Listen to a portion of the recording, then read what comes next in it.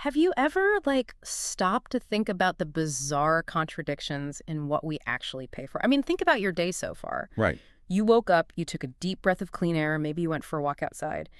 And that air, which is literally biologically required to keep you alive, didn't cost you a single cent. Thankfully. Yeah, exactly, thankfully. But think about this. What if you have diabetes? A tiny life-saving vial of insulin, something just as essential for your survival as that oxygen, isn't just insanely expensive. It can actually be heavily taxed by the government, depending on where you live. It's a staggering contradiction when you put it like that. It really is. Or, I mean, zoom out even further. If you look at the news right now, the U.S. stock market is hitting these dizzying, record-breaking highs, right? Minting new millionaires every single day. Oh, yeah. Yet at the exact same moment, you have entire developing nations struggling to afford the basic cost of borrowing money just to build, a single bridge or a power plant. It creates this really fascinating disconnect because, we are so trained to expect precision in our modern systems. Like if you hear a weird grinding noise in your car's engine, a mechanic just plugs the computer into the dashboard, reads a code, and says, oh, it's a failing spark plug. Right, it's binary. It's totally visible. Exactly. And we naturally want the global economy to work the exact same way. We want it to be a clean diagnostic tool. But the moment you step into the actual world of economics, that diagnostic computer completely short-circuits. I mean, we are looking at a landscape that is incredibly murky. It's full of hidden trapdoors. Absolutely full of them. So today, we're basically tearing apart the hidden mechanics of markets. We are doing a deep dive into some dense material. We've got our hands on the latest economic surveys for the 2024-25 and 2025-26 cycles, and we're putting them side by side with some heavy microeconomic framework. Which sounds intimidating, but it's incredibly revealing. Totally. The goal here is to decode how we put a price tag on the completely unpriceable, right? How governments try to regulate these massive corporate empires and how these invisible forces are shaping absolutely everything from, international climate treaties all the way down to the price of that insulin in your local pharmacy. We are essentially trying to bridge the gap between macroeconomic illusions and microeconomic realities.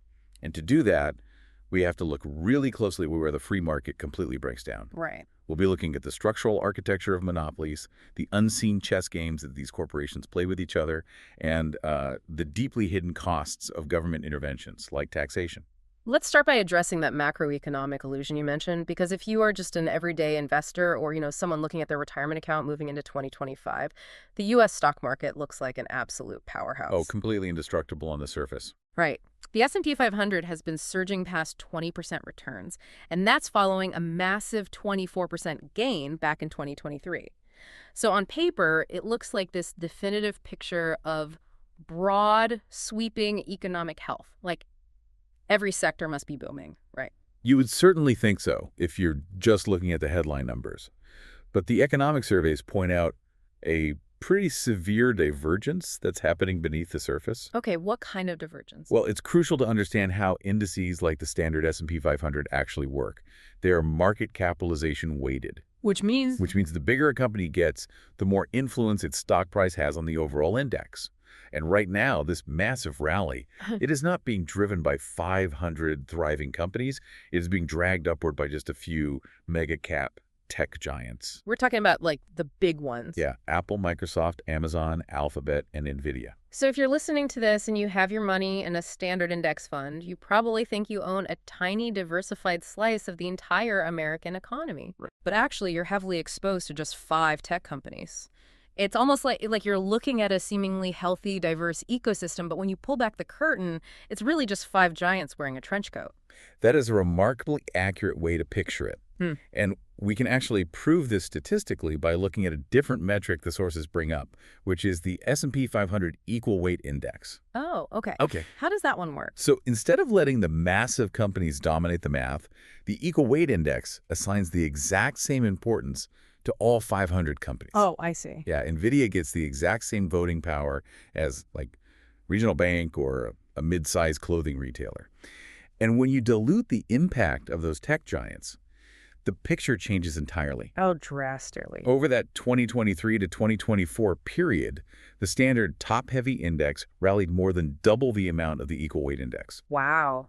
meaning the vast majority of the other 495 companies are basically just treading water compared to the big five. Yeah. So for the average observer, why should they be terrified by that? I mean, if the line is going up, why does it really matter who is pulling it? It matters because of fragility. When a market is structurally top-heavy like that, it becomes incredibly vulnerable to external shocks. Just to add some historical context here, the sources highlight the Shiller-KPE ratio. Okay, what is that? This was developed by the Nobel laureate Robert Shiller. KPE stands for Cyclically Adjusted Price-Earnings Ratio. So instead of just looking at a company's profits this year, which, might be artificially high because of a temporary boom, it looks at earnings over a 10-year period and it adjusts for inflation. Got it. So it smooths out the noise. It gives you a true picture of whether stocks are actually overpriced relative to the real money they're consistently making. Exactly the concept. And right now, the Shiller-KPE ratio is sitting at its third highest level in history. Wait, really? The third highest ever? Yes. The valuations are in a zone that historically suggests severe overvaluation. So we have extreme investor optimism, but it's heavily concentrated in just a handful of tech companies. Right. And history tells us that when sentiment-driven rallies are this concentrated, the moment there is an unexpected geopolitical shock or a sudden shift in monetary policy, the correction isn't just a minor dip. When those five giants in the trench coat stumble, the entire global market falls with them. Which sends massive ripple effects everywhere, especially into emerging economies. And, that provides a really jarring contrast to me. Because while the U.S. is dealing with the luxury problem of a top-heavy booming stock market, developing economies are facing a much grimmer structural reality regarding how they get the capital they need to just grow. Yeah, it's a completely different landscape. The sources bring up this concept of overfinance in developing nations. And I have to admit, when I first read that, it sounded like a complete oxymoron to me. How so? Well, if you are a developing nation trying to build infrastructure and lift people out of poverty, how on earth can you have too much finance? Wouldn't you want as much investment and banking activity as humanly possible? It totally seems counterintuitive at first glance. But financial development actually operates on a bell curve. Okay, walk me through that. Imagine a country that starts with no banking system at all. People are literally hiding cash under their mattresses. Then banks open. People deposit money, banks lend it to businesses, those businesses build factories, and the economy booms. Right, that makes sense. That's the upward slope of the curve. Financial growth is directly boosting economic growth. Exactly. But where does the curve drop off? It drops off when the complexity and size of the financial sector outpace the government's ability to regulate it. Ah. In many emerging economies, you have relatively weak institutional frameworks, or maybe poor regulatory quality. If the financial sector just keeps booming, creating complex derivatives, taking massive lending risks, pumping up real estate bubbles, the regulators just can't keep up. So the capital stops flowing into productive things, like those factories we mentioned, and starts flowing into speculative gambling. Precisely. You reach a tipping point of overfinance, where this bloated financial sector actually begins to hamper overall economic growth. It siphons talent and capital away from the real economy. So basically, the ceiling for how big your banking sector should be is strictly determined by how good your government is at refereeing the game. That is the exact mechanism at play. And this ties directly into the structural cost of capital in economies like India, which the economic surveys highlight. Let's say you're a business owner in India and you want to borrow money to expand your factory. The interest rate you're offered is significantly higher than what a similar business in the US or Europe would pay. I would normally just assume that's because the local banks are inefficient, or maybe the central bank set rates too high. It goes much, much deeper than just monetary policy. In open economy, macroeconomics, any investment a country makes has to be financed by someone's savings. Right. If you want to build a bridge, you either use the money your own citizens saved in their bank accounts, or you have to borrow savings from foreigners. And if a developing nation has a relatively poor population, they probably aren't saving enough domestically to fund massive national infrastructure projects. Precisely. They suffer from a structural savings shortfall, so they have to rely on foreign savings. When a country consistently imports more capital and goods than it exports, it runs what's called a current account deficit, or a CAD. Okay, CAD. And economies that run persistent current account deficits are structurally dependent on external foreign capital to survive. And I imagine global financial markets are pretty ruthless about that. They see that dependence, they see the risk of foreign investors suddenly getting spooked and pulling their money out, and they charge a massive premium for it. Yes, the market prices that dependence directly into the interest rates. Right. It becomes a macroeconomic risk premium. Yeah. So, for the listener who is running a business in an emerging market, your loan is expensive not just because of your personal credit score, but because your entire nation isn't saving enough to fund its own growth. Lowering that cost of capital requires immense structural change. You can't just engineer a new financial product to fix it. You actually need to boost labor productivity. Let's ground that a bit. What does boosting labor productivity actually look like to fix a massive macroeconomic problem like a deficit? It means investing heavily in education and technology so that a single factory worker can produce more goods in an hour. When workers are more productive, the cost to produce each individual unit, the unit labor cost, goes down. Okay, follow. When unit costs go down, corporate profitability goes up. When corporations are highly profitable, they retain more earnings. Those retained earnings eventually become a massive pool of domestic saving. Oh, and suddenly the country doesn't need to borrow from foreigners nearly as much. Exactly. The current account deficit shrinks, the risk premium evaporates, and the cost of capital for everyone drops. It's a massive, interconnected chain reaction. It's incredible how, like, a worker on a factory floor becoming slightly more efficient eventually ripples all the way up to solve a national deficit problem. It really is. But, this entire discussion about capital allocation assumes that the market is actually capable of putting a price tag on things in the first place. Right. We've talked about pricing stocks and pricing loans, but what happens when the free market completely and utterly fails to price the physical world around us? I mean, let's talk about the air, the water, biodiversity. We are moving from financial markets into the realm of environmental market failure. And to understand this, we first have to shift how we fundamentally view the economy. How so? Traditional macroeconomic models often treat the economy like a closed loop, just floating in a vacuum. Money goes to households, households buy things from firms, firms pay households for labor. It's this neat perpetual motion machine. Right. But that completely ignores the fact that the factory is sitting on planet Earth. Exactly. The economy is actually an open subsystem. It draws natural capital like timber, water, and minerals in from the environment, and it discharges waste like carbon dioxide and chemical runoff back out into the environment. Market failure happens when the price of a good simply doesn't reflect the damage that waste causes. Economists describe this as a divergence between the private marginal cost and the social marginal cost. Let's break that down for the listener with a real-world example. Imagine a factory making, cheap plastic toys. The private marginal cost is what the factory owner physically pays to make one more toy. They pay for the plastic, the electricity, the workers' wages. Let's say that all costs $1. Right. So they sell the toy for $1.50. They're making a profit, the consumer gets a cheap toy, and the market looks perfectly happy. But that factory is also pumping black soot into the air. The people living downwind are breathing that soot. They're developing asthma, missing days of work, and racking up huge medical bills. That health damage is a real financial cost. Right. It's not just a sad story. It's lost money. Exactly. Let's say the health damage caused by making that one toy equals 50 cents. The social marginal cost, the true cost to humanity of producing that toy, is the $1 the factory paid, plus the 50 cents of health damage. So the true cost is $1.50. But the factory owner isn't paying those medical bills. They get to keep their private costs artificially low at $1, shift the 50 cents of health costs onto the lungs of their neighbors, and just keep producing cheap tools. And because the market price only reflects that artificially low private cost, consumers buy way too many of these plastic toys. We get this massive overproduction of the polluting good. The market is technically functioning, supply is meeting demand, but it is causing a net loss to society's overall welfare. The invisible hand is essentially punching society in the face. And that's just dealing with the waste we pump out. It gets even more mathematically complex when we talk about resources that we pull out of the earth that will eventually run out. Oh, absolutely. The sources highlight a theory from 1931 called Hotelling's Rule. It deals with exhaustible resources, like a barrel of crude oil or a seam of coal. Right. Harold Hotelling was trying to figure out how a completely free market decides the price of a resource that is strictly finite. He established a fundamental rule for intertemporal efficiency. Meaning, how do we efficiently allocate this oil not just for today, but stretch it across all future years? Exactly.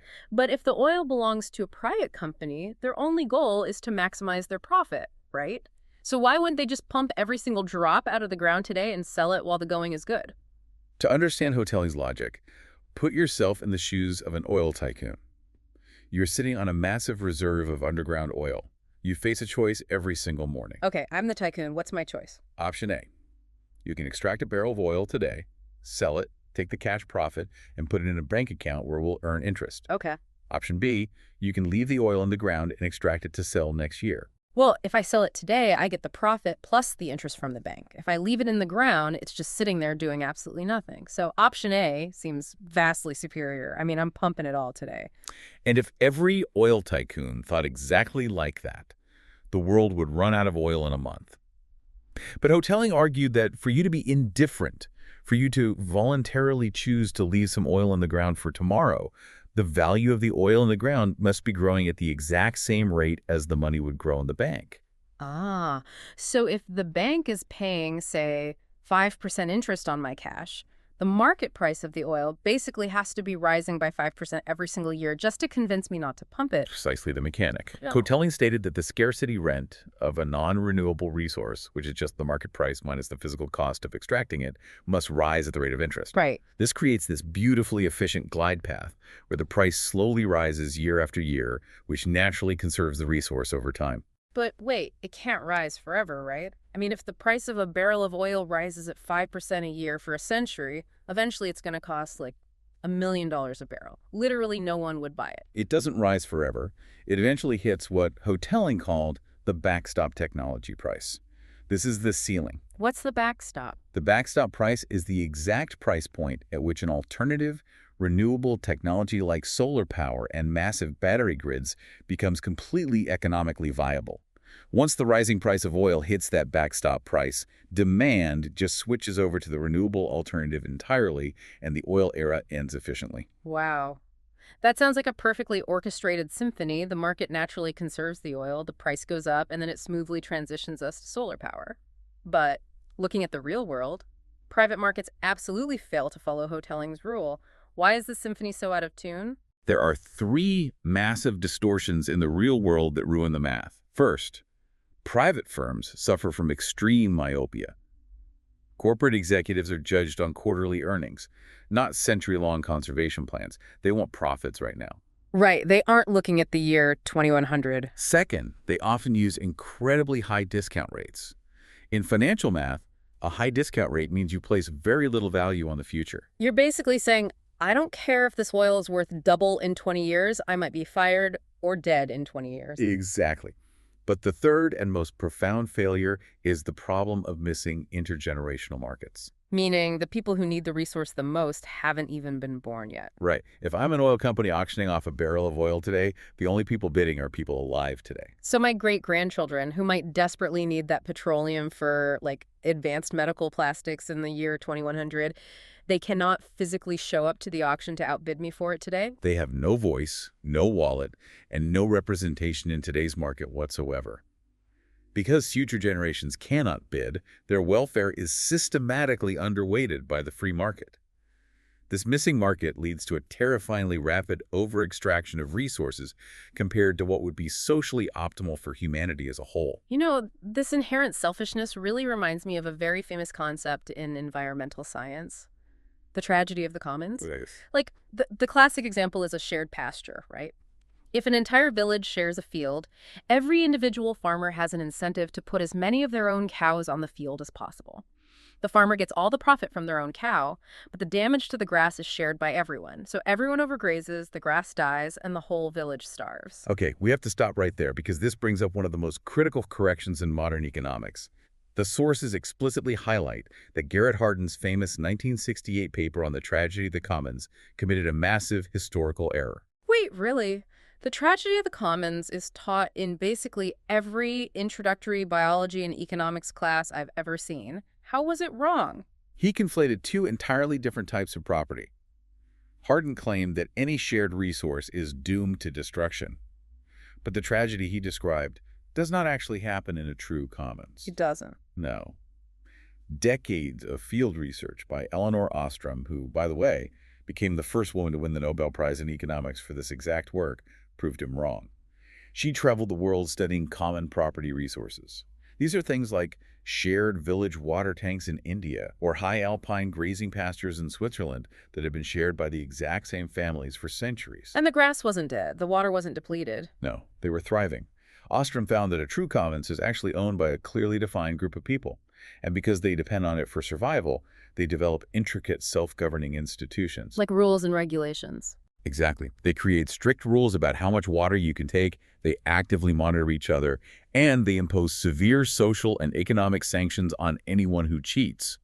Governed commons work incredibly well. They are highly sustainable. Okay, so if the tragedy doesn't actually happen in a commons, what on earth was Garrett Hardin actually describing in his famous paper? He was describing an open access resource.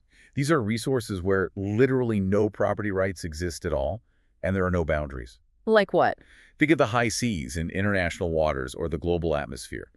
Anyone can send a massive trawler out to scoop up fish or a factory to pump out carbon. Right. And there's absolutely no governing body to stop them, no community to sanction them. That is where the tragedy occurs. It's the tragedy of open access, not the commons. That is a profoundly huge distinction. Because if we think the problem is a commons, we just assume humans are inherently selfish, and the only solution is for the government to step in and privatize everything. But if the problem is just open access, the solution might just be helping communities establish boundaries and local governance. It changes the entire policy playbook. But before a government can write a policy to protect an environmental resource, they face a staggering mathematical problem. How do you put a dollar value on nature? How much is a pristine forest actually worth? The sources outline a few ways economists try to solve this, starting with something called revealed preference methods. One example is the travel cost method. Right. A revealed preference relies on observing actual human behavior. Economists look at what people actually do, not what they say. Let's say the government wants to know the economic value of Yosemite National Park. Okay. They can't just look at the entrance fee, because $20 doesn't reflect how much people actually value the total experience. Instead, they use the travel cost method. They survey visitors and calculate exactly how much time and money they spent traveling to get there.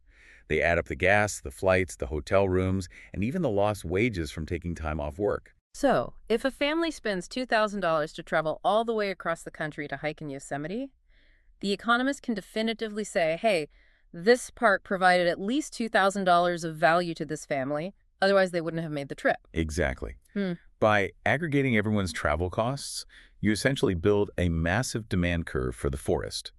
It uses travel expenditure as a mathematical proxy for the price of the park. It's a very robust method because it relies on real money being spent. Okay, I follow the logic there, but here is where I really have to push back. Go for it. The travel cost method makes perfect sense if I am physically packing my car and driving to a national park. You use my gas receipts to figure out my valuation. But what about a tiger in a remote jungle in Sumatra? I will literally never visit that jungle. My travel cost to see the tiger is zero.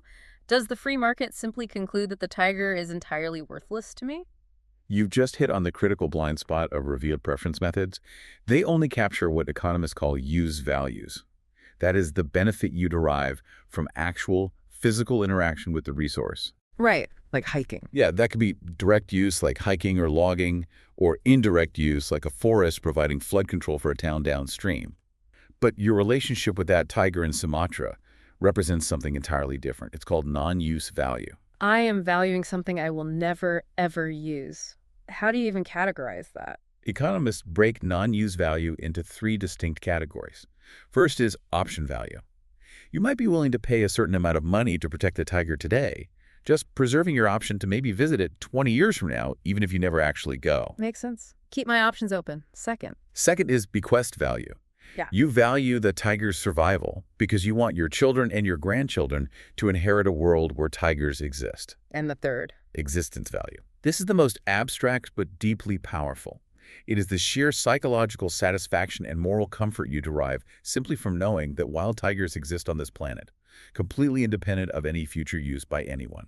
Okay, those are beautiful concepts, truly. But how on earth do you put a dollar figure on existence value? You can't look at my receipts because I didn't buy anything. Because there is no behavioral trail to follow, economists have to abandon revealed preference entirely and turn to stated preference methods, primarily something called contingent valuation. Which sounds incredibly complex. It's actually quite straightforward in concept. Yeah. You essentially construct a hypothetical market. You survey thousands of people and present them with a very detailed scenario. You say, a mining project will destroy this tiger habitat. If we pass a special tax to stop the mine and save the tigers, what is the absolute maximum you would be willing to pay in extra taxes every year? So you literally just ask them. But isn't that incredibly flawed? Like if a guy with a clipboard asks me on the street how much I'd pay to save a tiger, I might say $50 because I want to look like a good person. Right. But if you actually handed me a real tax bill for $50, I'd probably rip it up. And you've just identified hypothetical bias, which is the biggest criticism of contingent valuation. People routinely overstate their willingness to pay when no real money is on the line. So how do you fix that? Economists have to use complex statistical calibration to adjust those survey answers down to a more realistic figure. Despite its flaws, contingent valuation is often the only tool we have to capture non-use values. And only by combining use values and non-use values can we actually calculate the total economic value of an ecosystem. That makes total sense for local conservation. If a country wants to save its own tigers, it surveys its own citizens and passes a local tax. But the environmental crisis isn't localized. No, it's not. What happens when the pollution from a factory on one side of the globe melts a glacier, which raises the sea level, and drowns a coastal city on the exact opposite side of the planet? The victim and the perpetrator will never even meet, and they don't even share the same government. We are now stepping into segment 3 of our journey, the Great Green Divide. We are dealing with global environmental externalities. And the math here becomes intensely geopolitical. Yeah. Let's look at the stark numbers provided in the sources. If we look at cumulative historical carbon dioxide emissions, meaning all the carbon pumped into the atmosphere since the start of the Industrial Revolution, the developed nations of a global north are responsible for roughly 79% of it. The nations that basically got rich by burning coal early. Yes. The United States alone accounts for about 25% of historical emissions. The European Union is around 22%. And what about the developing world? India accounts for roughly 3% of historical emissions. The entire continent of Africa accounts for about 4%. So the global north built their modern economies and accumulated massive wealth by essentially filling up the atmospheric bathtub. And now that the bathtub is overflowing, they're turning around and telling the global south, hey, we all need to stop using water. The asymmetry is profound. And it gets even worse when you look at who is actually suffering today. The World Health Organization estimates that a staggering 92% of pollution-related deaths occur in low- and middle-income countries. Wow. They contributed the absolute least to the global pollution stock, yet they bear almost the entirety of the fatal consequences. It is a massive failure of global equity. So how do international policymakers actually try to fix these global externalities? If the free market won't price carbon naturally, how does the government force it into the math? Well, the sources outline two main regulatory philosophies: command and control versus market-based instruments. Let's start with the traditional approach. Command and control is exactly what it sounds like. The government acts as a dictator over the pollution. They mandate that a factory must install a specific type of chemical scrubber on its smokestack, or they set a hard legal limit. You cannot emit more than 100 tons of sulfur a year. It's the do this exactly as we say or we will shut you down and fine you approach. What is the downside to that? I mean, it sounds very effective at stopping pollution. It gives regulators absolute certainty, yes, but it is incredibly economically inefficient. Why? Because it treats every factory exactly the same. Let's say Factory A is brand new and can reduce its emissions super easily, while Factory B is 80 years old and it would cost them millions to achieve the exact same reduction. Command and control forces them both to meet the exact same target. Which is a huge burden on Factory B. Furthermore, it completely destroys the incentive to innovate. If the law says the limit is 100 tons, the factory will reduce its emissions to exactly 99.9 tons, and then they will fire their environmental research team. There is zero financial reward for dropping emissions to zero. So they just comply with the bare minimum and stop trying. That leads us to the alternative, market-based instruments. Instead of dictating the technology, you try to fix the broken price signal. Precisely. You make the invisible hand work for the environment. And there are two primary flavors of market-based instruments. The first is a Pigouvian tax, named after the economist Arthur Pigou. In the context of climate change, this is a carbon tax. Okay, how does that work? The government employs scientists to calculate the exact monetary damage caused by emitting 1 ton of carbon, the flooding, the crop failures. Let's say it comes out to $50.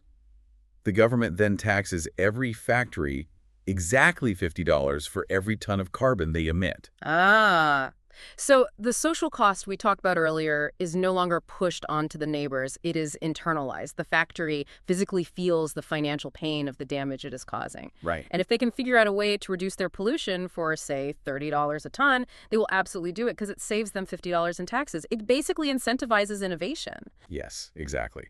A Pigouvian tax gives you absolute price certainty. Every business in the country knows exactly what a ton of pollution costs, so they can plan their long-term investments around it. But it comes with a major weakness. It gives you quantity uncertainty. Quantity uncertainty. How so? Let's say the economy suddenly booms, and factories are making record profits. If the cost of cleaning up their pollution is higher than that $50 tax, the factories will simply choose to pay the tax and keep the smokestacks burning. Oh, I see. The government will collect a lot of tax revenue, but the total amount of pollution in the atmosphere might actually go up. You don't know exactly how much total pollution will drop. And if you are dealing with a critical climate tipping point, you can't afford quantity uncertainty. You need to know that emissions will definitively stop. Which brings us to the second market-based tool, cap and trade. Also known as emissions trading schemes, like the massive EU ETS in Europe. This flips the mechanics of a tax entirely. Instead of setting a price, the government sets a hard national limit on total emissions, the cap. Let's say the entire country is only allowed to emit 1 million tons of carbon this year. The government then prints exactly 1 million permits to pollute, each valid for 1 ton, and distributes them to the factories. And if a factory emits a ton of carbon without holding a permit, they face massive business-ending fines. Exactly. But here is where the trade part comes in. The permits can be bought and sold on an open market. So back to our two factories. Factory A is highly advanced. They realize they can reduce their emissions easily, and they don't actually need all their permits. Factory B is ancient, and reducing emissions is impossibly expensive for them. So what happens? Factory A sells its leftover permits to Factory B for a profit. Wow, yes. Factory A gets a massive financial reward for being green, and Factory B pays a penalty for being dirty, but the total amount of pollution across both factories remains strictly under the national cap. It's brilliant. Cap and trade gives you quantity certainty, for an absolute fact that emissions will not exceed 1 million tons. But it gives you price uncertainty because the cost of a permit fluctuates every single day based on open market demand. It essentially creates a stock market for pollution. And, as we adopt these policies, economists are realizing that our ultimate scorecard for national success, the gross domestic product, or GDP, is fundamentally broken when it comes to the environment. Absolutely broken. Because traditional GDP just measures the total value of all goods and services produced. It completely ignores the destruction left in the wake of that production. Yeah. If a country decides to clear-cut an ancient 1,000-year-old rainforest and sell all the timber, traditional GDP records a massive spike in economic growth. The country looks incredibly wealthy on paper. But it entirely ignores the fact that they just permanently liquidated a vital ecological asset that provided, water filtration, carbon sequestration, biodiversity. It's like a business selling off the actual roof of its own factory and calling it profit. Eventually, the rain comes in. Which is why the United Nations developed the C framework, the System of Environmental Economic Accounting. This framework introduces concepts like green GDP and the Genuine Progress Indicator, or GPI. Right. How exactly does green GDP change the math? Green GDP takes the standard GDP number, and then it deducts the monetary value of environmental degradation and the depletion of natural resources. If you cut down that forest, traditional GDP adds the value of the timber, but green GDP subtracts the lost ecosystem services. So it exposes the illusion of economic growth that just relies on cannibalizing the earth. It forces policymakers to see if their wealth creation is actually sustainable. Exactly. Okay, so we have the valuation methods, we have cap and trade, we have green GDP, we have all the tools. So why is international climate policy still such a disaster? I remember reading in a microeconomics textbook about the Coase theorem. Ronald Coase. Yeah, the Nobel laureate. He basically argued that if property rights are clearly defined, private parties can just bargain with each other to reach an efficient outcome without the government needing to step in with taxes or caps at all. Right. If a factory is polluting my house and I have a right to clean air, the factory can just pay me to accept the pollution, or I can pay the factory to install a scrubber. We just negotiate a deal. Why can't the nations of the world just sit down and Coase theorem their way out of climate change? The Coase theorem is a brilliant theoretical benchmark, but its real-world application to global climate change fails fatally because of the assumptions it requires. What does it assume? Coase assumes zero transaction costs, perfect information, and completely rational actors. Imagine you and your neighbor arguing over a barking dog. You can literally just lean over the fence and negotiate. Transaction costs are low. But with global climate change, you have nearly 200 sovereign nations trying to agree. The transaction costs of getting 200 nations with completely different languages, economies, and political systems to agree on a legally binding contract are astronomical. Second, as we discussed with Hotelling's rule, the future generations who will suffer the most catastrophic damage aren't at the negotiating table. Right. You cannot negotiate a fair deal when the primary victims are absent. And I imagine there's a massive free rider problem, too. That is the final nail in the coffin for global cohesion bargaining. The global climate is a non-excludable public good. If the European Union spends trillions of dollars to radically decarbonize their economy, the atmospheric carbon levels drop. The entire planet benefits from a cooler climate and less extreme weather. But a country that didn't spend a single dime on green technology gets to enjoy that cooler climate for free. They are free riding on Europe's sacrifice. Exactly. Every nation has an individual incentive to do absolutely nothing and hope everyone else pays for the transition. This immense friction is exactly why international agreements, like the Paris Agreement under the UNFCCC, are so agonizingly difficult to negotiate. It is why they rely on principles like CBDR common but differentiated responsibilities, Yes. which is the formal acknowledgement that the global north, having caused 79% of the historical problem, has a moral and historical obligation to lead the mitigation effort and provide climate finance to the developing world. Yet the sources note the grim reality of that finance. There is a massive global climate finance gap. Despite all the promises of the global north, the money simply isn't flowing at the scale required. So developing nations are left on their own. India, for example, is currently sourcing about 96% of its climate mitigation finance domestically. The developing world is largely paying for its own green transition. This failure of perfect bargaining on a global scale, the fact that powerful nations can basically dictate terms or simply walk away from their historical responsibilities, leads us perfectly into our next deep dive. Let's zoom back down from the macro geopolitics and look at the microeconomics of power. Okay, let's pivot. What happens when a single firm becomes so massive that it doesn't have to negotiate with anyone? Let's look at the architecture of market power. We have to start with the extreme baseline here. Pure monopoly. Now, in a perfectly competitive market like thousands of farmers selling wheat, no individual farmer can change the price. Right. If the market price is $5 a bushel and a farmer tries to charge $6, everyone just buys from his neighbor. He is a price taker. He faces a perfectly horizontal demand curve. But a monopoly is entirely different. In a monopoly, the firm is the entire industry. There are no neighbors to buy from. Therefore, the monopolist faces the entire downward-sloping market demand curve. If they want to sell more units of their product, they have to lower the price to attract more buyers. Okay, let's walk through the mechanics of that. How does a monopoly actually decide what price to charge to maximize their profit?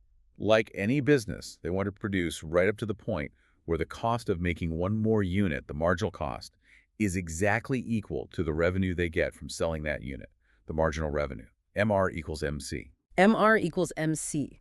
Got it. In a competitive market, marginal revenue is simply the price of the good. If wheat is $5, selling one more bushel brings in $5. But for a monopoly, because their demand curve slopes downward, the math changes. Drastically. Imagine you are a monopolist selling a patented medical device. You can sell one device for $100. Your total revenue is $100. But to sell a second device, the demand curve dictates you must lower the price to $90.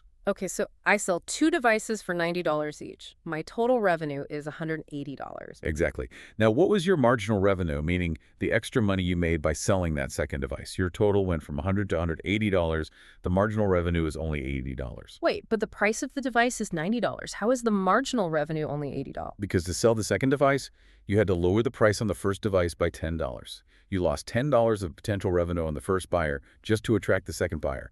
Because of this, for a monopolist, marginal revenue is always lower than the actual price of the good. And because they stop producing the moment marginal revenue hits their marginal cost, they stop production much earlier than a competitive market would. Precisely.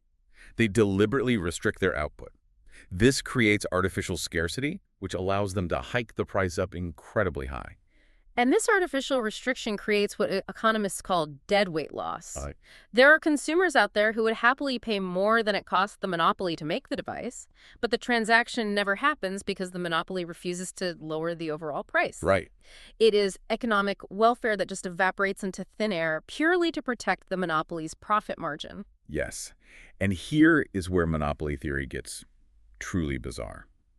If you look closely at the math, a pure monopolist technically does not have a traditional supply curve. I remember reading that in the notes and staring at it for 10 minutes. Every graph in economics is a supply curve crossing a demand curve. How can a monopoly not have a supply curve? Think about what a supply curve actually is. It represents a unique one-to-one relationship. It says, if the market price is exactly X, the firm will supply exactly Y amount of goods. Right. In a competitive market, that relationship is locked in by the firm's costs. But a monopolist isn't reacting to a set market price. They are setting the price themselves based on the shape of the demand curve. So they are looking at the customer's behavior, not just their own factory costs. Exactly. Because they are matching marginal revenue to marginal cost, if the demand curve suddenly shifts or changes its elasticity, a monopolist might decide to supply the exact same quantity of goods at two completely different prices. Or they might supply two completely different quantities at the exact same price. Wow. The unique one-to-one mapping breaks down entirely.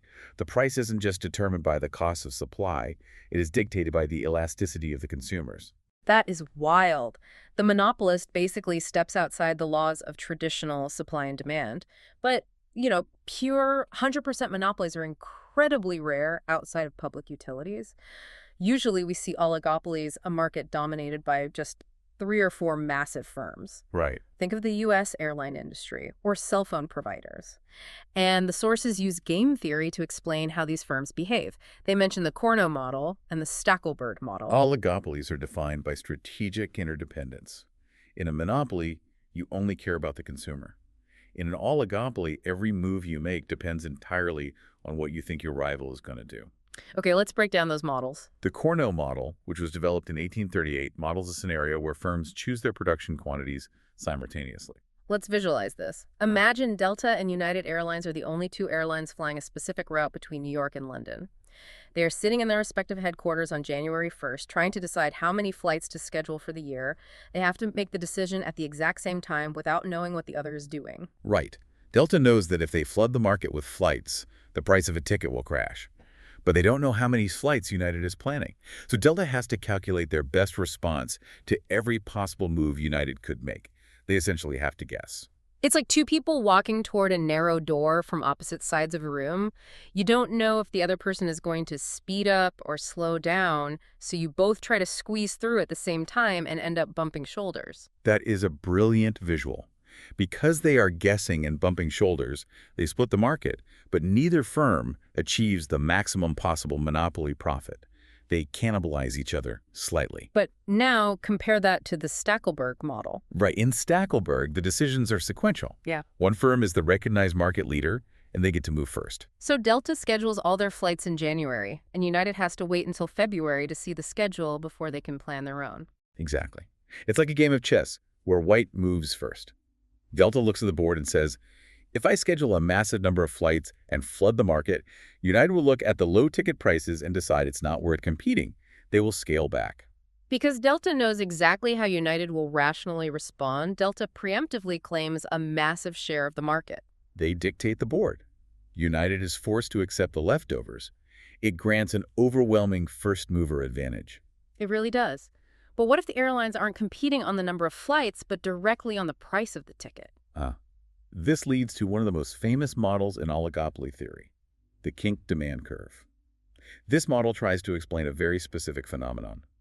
Why do prices in oligopolies often stay frozen or sticky for months or years, even when the underlying costs of oil or labor are violently fluctuating? Right, if you look at cell phone data plans, the major carriers all charge roughly the exact same amount, and the prices rarely change. Why is that? Imagine you are the CEO of a cell phone carrier, charging $40 a month.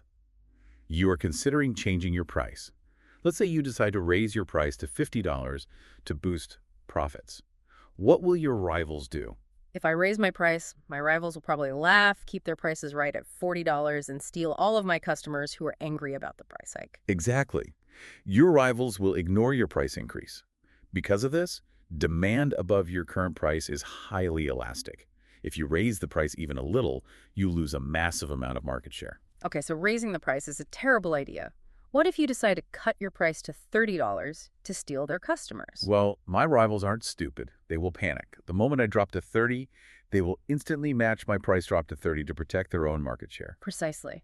And because everyone dropped their price at the same time, no one actually gains any significant new market share.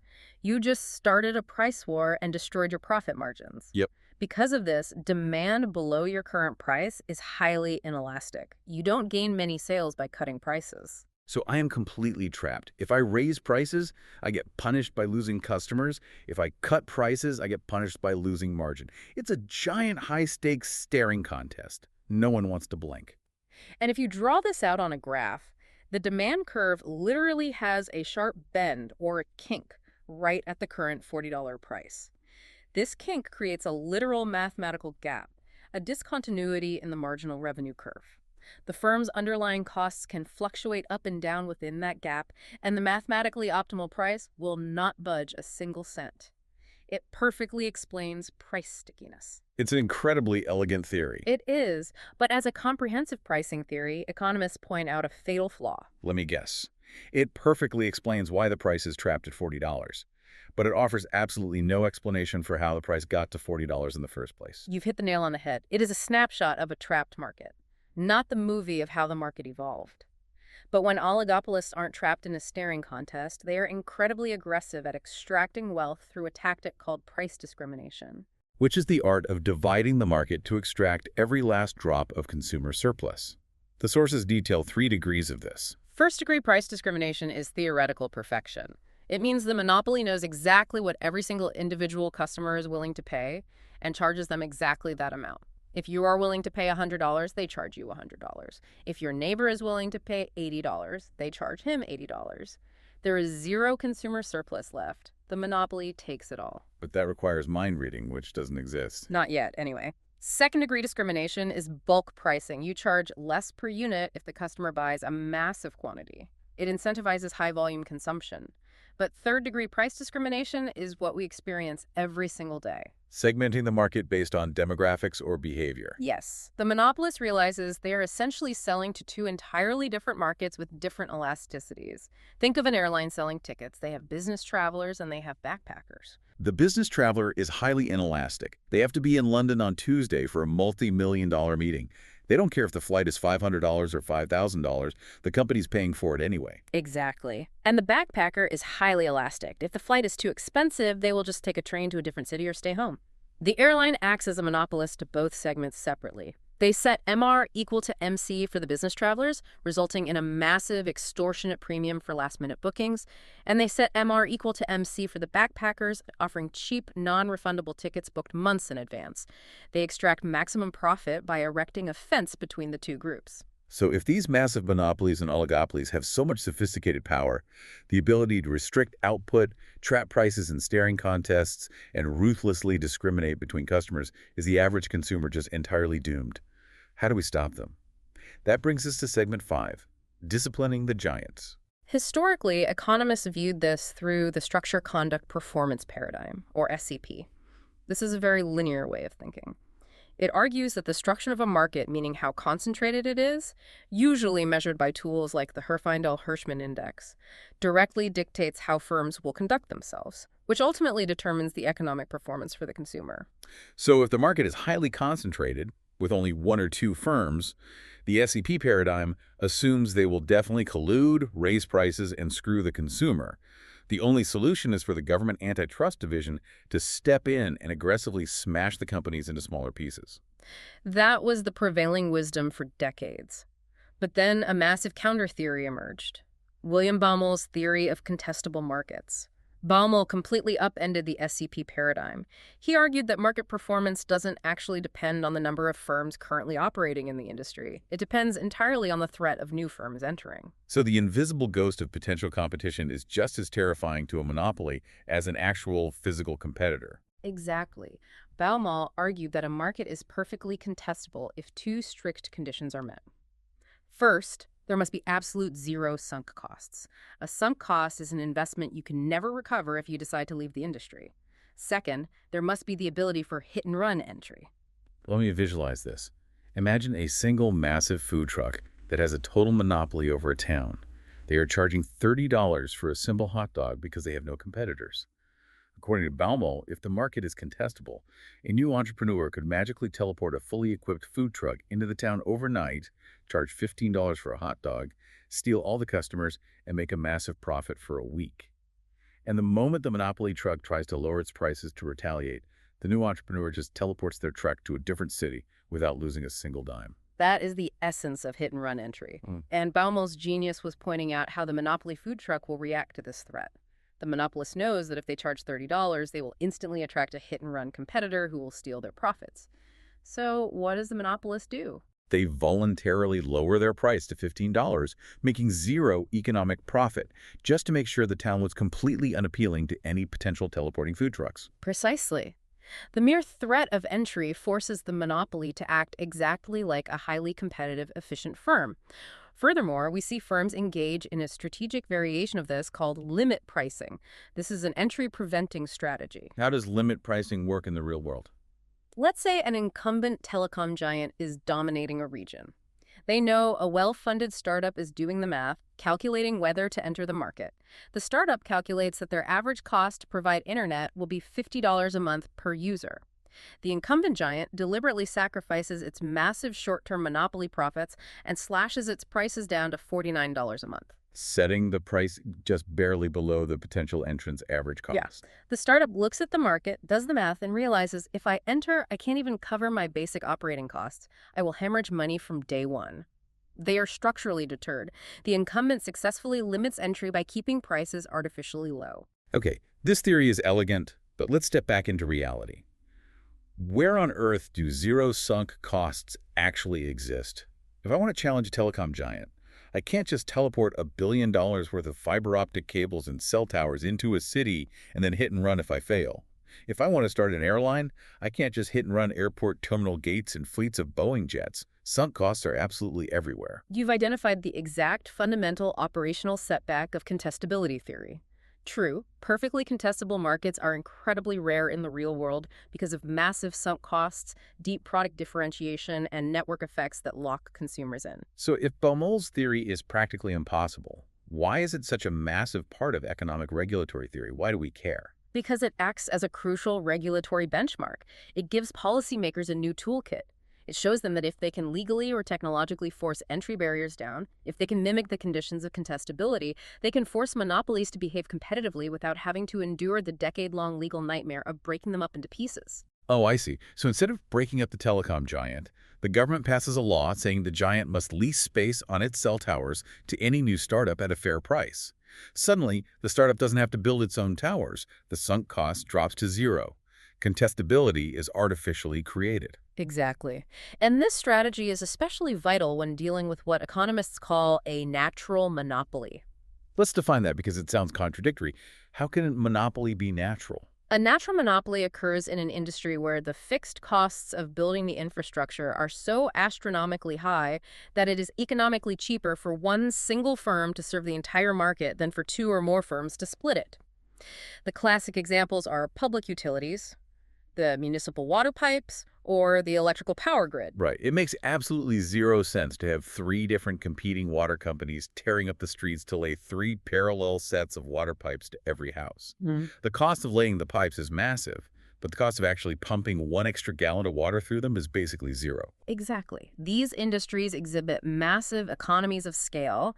Their long-run average cost keeps declining the more customers they serve. If you forced competition and split the market between two power grids, the average cost for everyone would skyrocket because you are duplicating massive infrastructure. So society actually wants a monopoly in these specific cases. But if you just let a private company own the only water pipes in town, they will price gouge everyone. So society wants the monopoly, but the government has to put a leash on it. How do you regulate a natural monopoly without bankrupting it? Regulators have a few options, and they all involve brutal trade-offs. The first option is marginal cost pricing. The regulator forces the water company to set the price exactly equal to the cost of pumping the last gallon of water. This is fantastic for society because it achieves perfect allocative efficiency. Everyone who values the water gets it cheaply. But wait, if the price only covers the cost of pumping the water, how does the company pay for the billion-dollar pipeline they built? They don't. Because average costs are always falling in a natural monopoly, the marginal cost is always below the average cost. If you force them to use marginal cost pricing, the firm will literally lose money on every single customer they serve. They will instantly go bankrupt. Unless the government bails them out? Right. The government has to constantly subsidize the utility with millions in taxpayer money, which is politically unpopular and prone to corruption. So regulators look at option 2, average cost pricing. The government calculates the total cost of the pipes plus the water, divides it by the number of customers, and sets the price there. Okay, so the firm breaks even. They survive without taxpayer bailouts. What's the catch? The catch is that the price is now higher than the marginal cost. So you have artificially raised the price of water, which means some poorer citizens might not be able to afford as much water as they need. You create a deadweight loss. So the regulator has to choose between constantly subsidizing a monopoly with tax money or accepting an inefficient market where people get priced out. Is there a middle ground? There is a highly complex middle ground called Ramsey pricing, named after Frank Ramsey. The goal of Ramsey pricing is to minimize the deadweight loss while ensuring the monopoly breaks even. And to do this, it uses the exact same inverse elasticity rule we talked about with airline price discrimination. Oh, wow. So the government actually instructs the utility to price discriminate. Yes. The regulator tells the monopoly to mark up the price the most on consumers who are the most inelastic, the wealthy households or industrial factories that will buy water no matter what it costs. And they mark up the price the least on elastic consumers, low-income households who are highly sensitive to price changes. That is incredibly clever mathematically. But from a public relations standpoint, if the public finds out the utility is charging different neighborhoods wildly different rates for the exact same water, there will be riots. Are there other regulatory tools that focus on profits instead of prices? Yes. The historical standard in the United States was rate of return regulation. The government audits the utility, calculates the total value of their physical capital, their power plants, trucks, and headquarters, and says, you are legally allowed to earn exactly a 10% profit return on your capital base. Okay, so if the utility wants to make more absolute profit, they just need to build more stuff to expand their capital base. But wait, let's think about the incentives here. If they are guaranteed a 10% return on any physical capital they build, but they can borrow money from Wall Street at a 7% interest rate. You are hitting on the exact flaw. What does the firm do? Well, normally a firm would try to keep costs down. But here, if their profit is calculated as a percentage of their total expenses, they have every incentive to spend as wildly as possible. They will borrow billions at 7% to build unnecessary gold-plated power plants just to collect the guaranteed 10% return from the government on those massive assets. You have just perfectly described the Average-Johnson effect. Rate of return regulation creates a perverse incentive for the monopoly to massively overcapitalize. They build ridiculously inefficient infrastructure just to artificially inflate their capital base and boost their absolute allowed profits. It completely destroys any incentive for the utility to be lean or efficient. It's basically a license to waste money. So how do modern regulators fix the Average-Johnson effect? They transition to price cap regulation, often referred to as the RPI-X formula. In this system, the regulator doesn't care about the firm's capital base. They simply cap the annual price increases the utility can charge. They say you can raise your prices by the rate of retail price inflation, RPI, minus a specific percentage for expected efficiency savings, If X. inflation is 5% and the regulator expects the firm to become 2% more efficient this year, the firm is only allowed to raise prices by 3%. Exactly. And here is the genius of it. If the monopoly figures out a brilliant technological way to cut their internal costs by 10%, they get to keep all that extra profit. The government doesn't take it away. This completely reverses the average Johnson effect.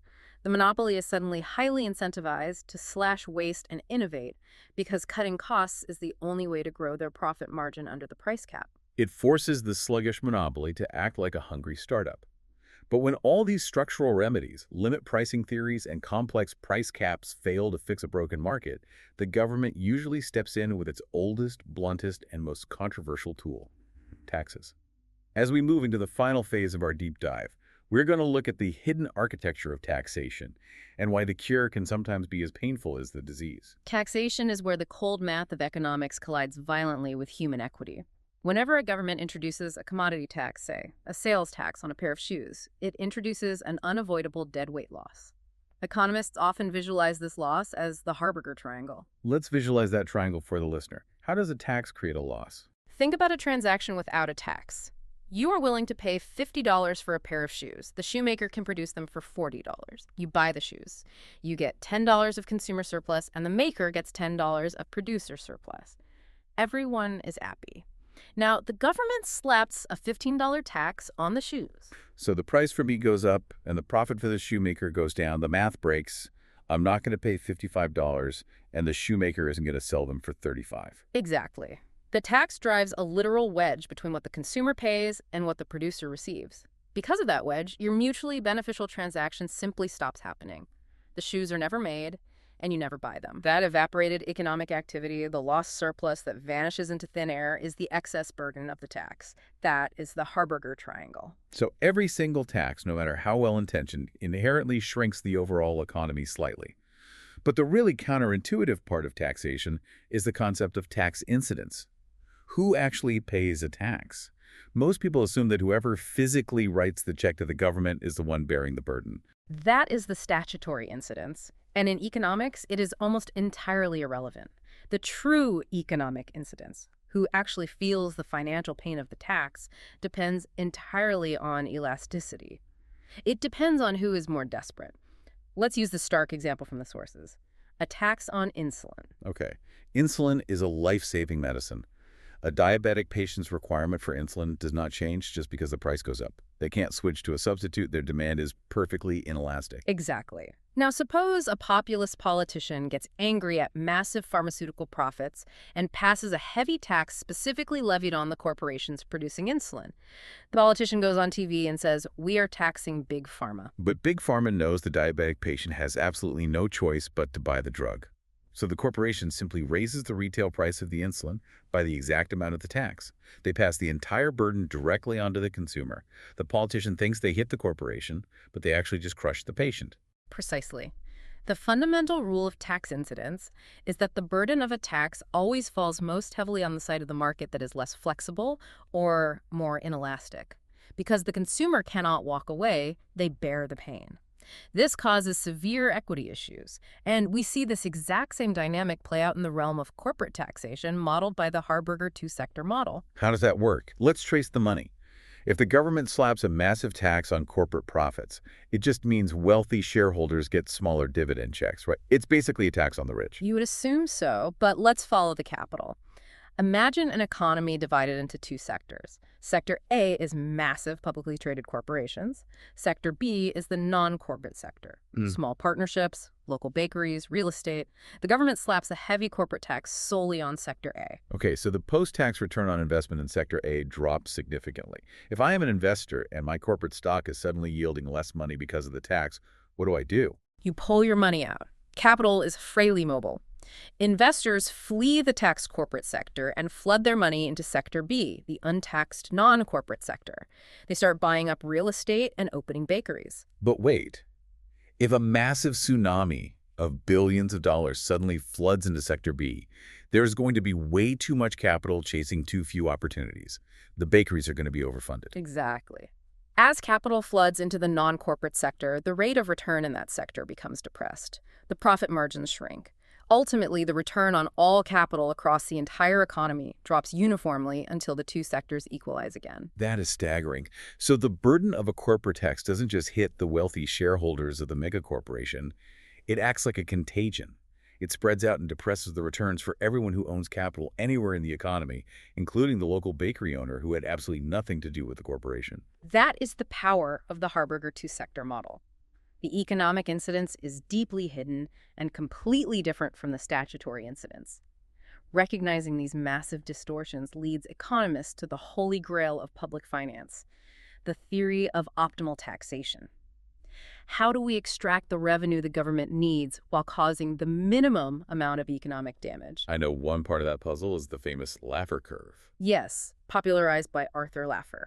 It illustrates the mathematical trade-off between tax rates and total tax revenue. If the tax rate is 0%, the government collects zero revenue.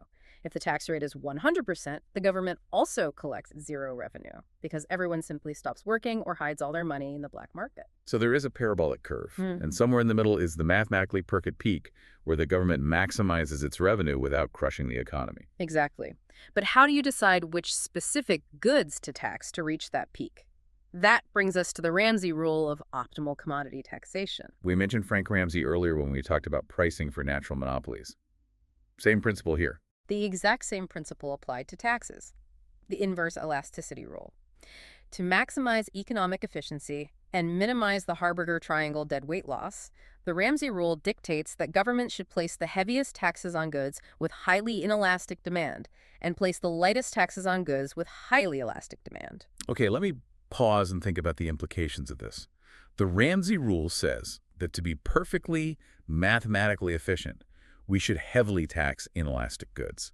Because if demand is inelastic, people will keep buying it regardless of the tax, meaning the economy keeps moving and the deadweight loss is tiny. That is the flawless mathematical logic of efficiency. Wait a second. You just told me earlier that insulin is highly inelastic. Basic staple foods are inelastic. Heating oil in the winter is inelastic. So pure, unadulterated economic theory dictates that the government should place its heaviest, most aggressive taxes on life-saving medicine and the basic food of the poorest citizens. That is an absolute moral nightmare. You have just hit the absolute bedrock limitation of pure economic efficiency. You have found the boundary where economics must defer to philosophy. The cold math of the Ramsey rule says, yes, absolutely tax the insulin. It won't change human behavior, so the mathematical deadweight loss is minimized. It is perfectly, ruthlessly efficient. But if a government actually implemented that, society would revolt overnight. Exactly. And this proves why policymakers cannot rely on economic efficiency alone. They must employ what economists call a social welfare function. They have to weigh the cold, clinical math of efficiency against the human demands of vertical equity and distributional justice. They have to make a moral choice to accept a slightly less efficient economy in exchange for a more just society. Which is exactly why we see exemptions in the real world. That's why essential medicines and basic foods are explicitly exempted from value-added taxes or sales taxes, like how insulin and raw grains are treated under India's GST system, despite the fact that strict economic efficiency models suggest they are the mathematically perfect targets for taxation. Economics provides the map of the terrain, showing where the mountains of inefficiency and the valleys of deadweight loss are. But it cannot tell society which destination to drive toward. That requires human values. So circling back to how we started this conversation, the diagnostic X-ray machine of economics really is broken. You can't just plug in a computer, look at the math, and find a binary answer. Every single policy choice, every tax, every regulation is steeped in human impact. Economics is not just the study of money or abstract supply curves. It is fundamentally the study of human behavior, societal values, and the brutal trade-offs we are willing to make to survive together. That is a phenomenal place to wrap up our deep dive today. We have covered an incredible expanse of ground. We started by looking at the macro illusion of a top-heavy, fragile U.S. stock market, where 5 giants in a trench coat dictate the index, and contrasted that with the structural, macroeconomic reality of capital costs and current account deficits in developing nations. We waded into the murky, mathematically complex waters of environmental market failures, exploring Hotelling's rule for exhaustible resources, and discovering how economists attempt to use contingent valuation to put a price tag on a tiger we will never see. We also unpacked the staggering global friction of the Great Green Divide, showing why cap-and-trade systems and green GDP are necessary when cohesion bargaining fails on a planetary scale. We dissected the strategic chess games of monopolies and oligopolies, examining how they restrict output, trap prices in the stare-down of the kink demand curve, and use limit pricing to build invisible walls around their corporate empires. And finally, we looked at the blunt, often dangerous instrument of taxation, discovering through Harberger's models that the burden almost always falls on those least able to avoid it, and why the cold mathematical efficiency of the Ramsey rule absolutely must be tempered with human equity. To our listener, the next time you see a stubbornly sticky price at the grocery store, or hear a politician debating a new carbon tax, or see a local utility asking for a rate hike, remember the hidden architecture we talked about today. You're just looking at random numbers. You are witnessing the exact, real-time tug-of-war between market power, unpriced externalities, and regulatory trade-offs. Yeah, the invisible hand of the market is endlessly wrestling with the visible hand of the state. But before we go, I want to leave you with a final forward-looking thought. We've spent a lot of time today talking about the regulation of traditional natural monopolies, massive entities like telecom grids, public water utilities, and oil giants, things built with steel and concrete. But what happens when artificial intelligence creates the ultimate natural monopoly? Think about the underlying economics of an AI model. It requires billions of dollars in fixed costs to train massive server farms, incredible energy consumption. But once that model is built and trained, it has a marginal cost of production that is essentially zero. It can serve one user or 1 billion users simultaneously. It possesses infinite scalability. It perfectly mirrors the declining average cost structure of a natural monopoly, but on a scale we have never seen before in human history. Exactly. And if we don't have a green GDP equivalent to measure the societal extraction of this AI, the human data it consumes without permission, the cognitive skills and industries it permanently displaces, how will the economists and regulators of tomorrow ever figure out how to put a price cap on it? We started today talking about how we like our diagnoses binary and clean, like a jagged white line on an X-ray. But as we move from an economy of oil and steel into an economy driven by zero marginal cost artificial intelligence, those diagnostic muddy waters are only going to get deeper. It is the ultimate challenge for the next generation of economic thinkers. Thank you for taking this massive deep dive with us. Keep questioning the consensus, keep looking beneath the surface of the headlines, and we'll see you next time.